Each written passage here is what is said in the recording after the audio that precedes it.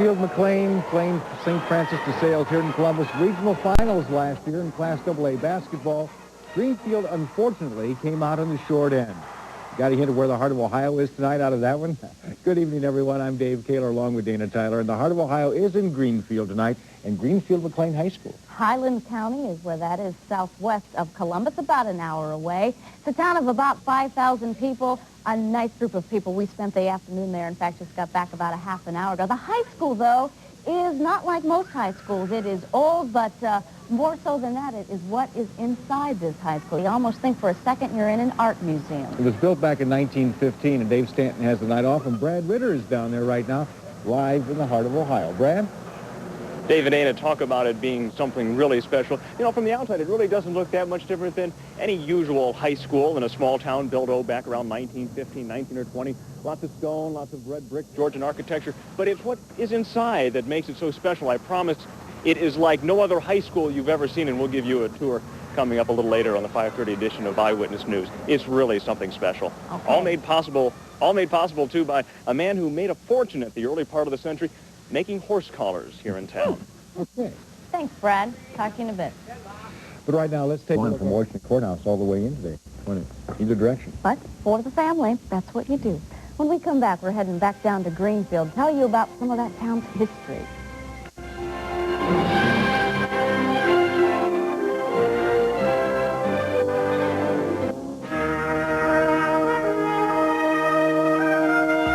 There's something that really grabs your attention in Greenfield. Homes built with stone that was found right in the nearby quarry, the Rutgers Quarry in Ross County. All those homes were great looking. Right across the Yeah, county we're driving line. around.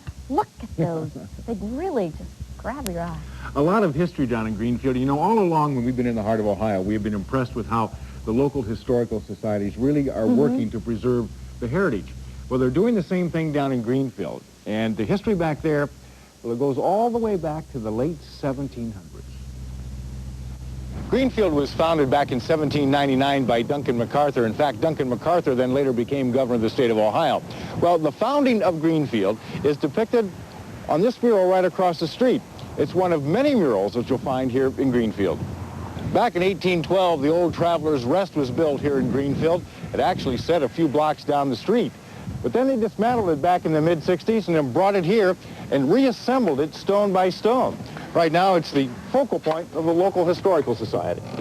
David, welcome to Greenfield and the Traveler's Rest. Well, Johnny O'Donnell's, we thank you very much. What was this used for? This was originally an inn, David. It was used for travelers in the early 1800s, around 1812, when the building was first built by Noel Crawford. It later became a post office. It was the first post office in Greenfield. It became a doctor's office and a private residence. The Traveler's Rest sits on the location of the First Presbyterian Church here in Greenfield. This is a shot of that church on this location back then. It was built in 1821, and this is the cornerstone of that church, and right below it, the original ministers of the church. The people here are extremely interested in preserving their history, and this is a good example of that. This is a township record book. It has the election results of 1860, and if you look real closely, you got the results right here. Abraham Lincoln got 358 votes. Stephen A. Douglas, 177. Strong Republican community back then, but they say, nah, not quite so today. It takes a lot of work by a lot of people to preserve history like you just saw in this book. That's where the local historical society comes in and is so important. People that I'd like to have you meet right now. We have George, and we have Iris, and we have Martha, and Sarah, and Morris, and John Ed, and Wilson couldn't be with us today. But it's people like that that see to it that the history here is preserved. These great people have given me so many wonderful stories about Greenfield and the history of this area. This is just another one. When Duncan MacArthur laid out this plot, he said 3 things had to go here. A meeting place, which of course was the church, a school, and a cemetery. Well, right over here is the original cemetery of Greenfield. And buried here are people who have fought in every war that the United States has been in, with the exception of the Vietnam War. And that would include, of course, the Revolutionary War. One of the notables buried here was the first minister of the Presbyterian Church, which sat on this lot. Remember me telling you about that? His name was the Reverend S. Carruthers, and he is buried here along with his 4 wives.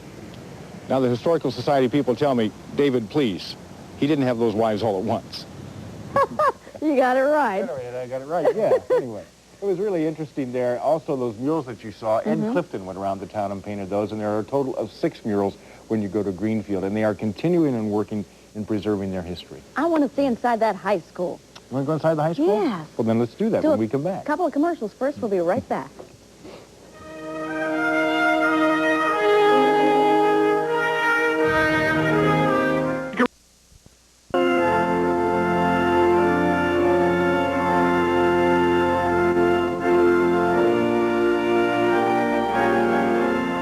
Charlotte Phillips at the pipe organ.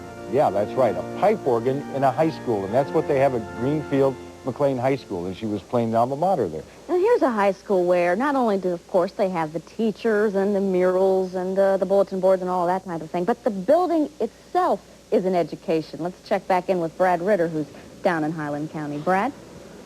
Dana, I know you had a chance to just step into the high school this afternoon, and, well, I know your feeling was very much the same as mine, and just about anybody who steps in here, you can't help but be amazed at what you see all up and down the halls.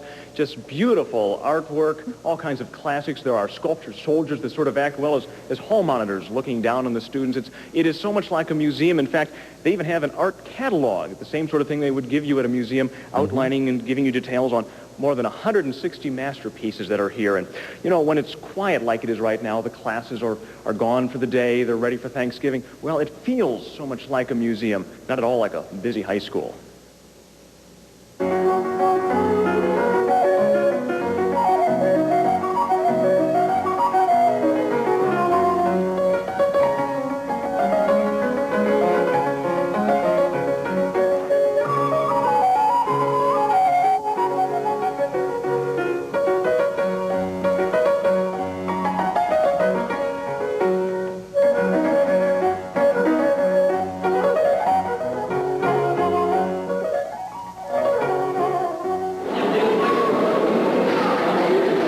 When the bell sounds, you're quickly brought back to the real world of classes and kids.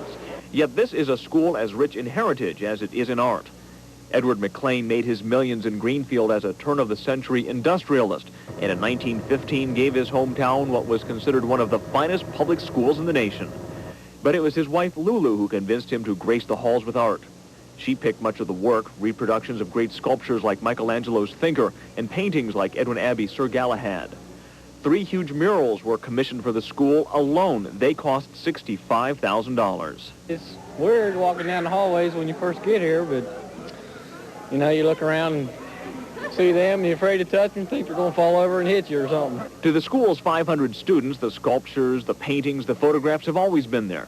Many don't give them a second thought, or so they say. They want to look cool and say that they don't like it, but I think they like it a lot more than they'll ever say. If nothing else, the students respect the art. They tell me there's an unwritten rule that you just don't mess with it. They set the foot down around here on them statues, and pretty strict about it. What do you like about having it there? Nice to look at, I reckon. Even after he spent well over $1 million on building and equipping this school, Edward McLean wasn't finished.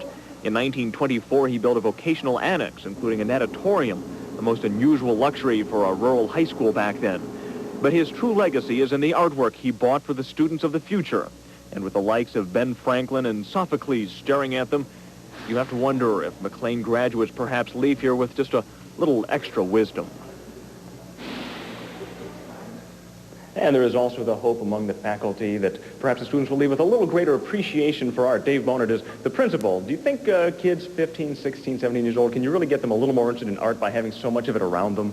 Well, I think we can, yes, but I think that the primary interest that they show will become evident much later on when they come back to the school and after having been out in the world and seen that other schools don't have this kind of opportunity. Does that explain why this is such a place of pride for your town? I think so. Principal Plummer, thanks very much. There's one other really interesting tradition I just have to tell you about here. This school has a beautiful marble foyer and floor that as you come right into the building, you can't help but miss it. But nobody, very often anyway, goes up and down those stairs. Only seniors, just as they're completing their classwork here, are allowed to go up and down the steps. And after that, well, it's exclusively for use of the high school alumni. And one thing also we should point out, Dave and Dana, they do have an alarm here. This artwork is all very, very terribly expensive and valuable. So they do have the place alarmed. I like that staircase idea. It's beautiful. And they light up their school all night long. I mean, it's lit up. You don't go by, it's not a dark school. Like tonight, if you go by the street down there, it's all lit up. Spotlights all over. That's true. They did that just a couple of years ago, and again, it just points to the terrific amount of pride people in Greenfield have about this school. Thanks, Brad. Happy Thanksgiving. You too. All right. Thank you. Take care. And we'll be back in just a moment as we talk about some of the history of Greenfield's industries in the heart of Ohio.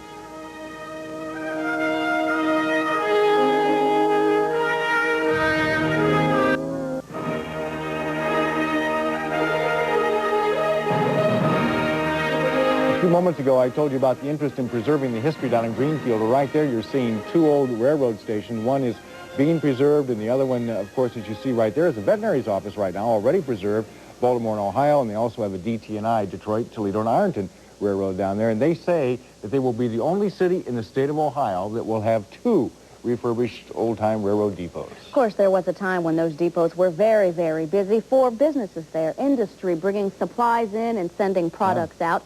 It might surprise you. You might think Greenfield, that they don't have a lot of industry there. Well, they do, relatively speaking, and business that touches people all over the country.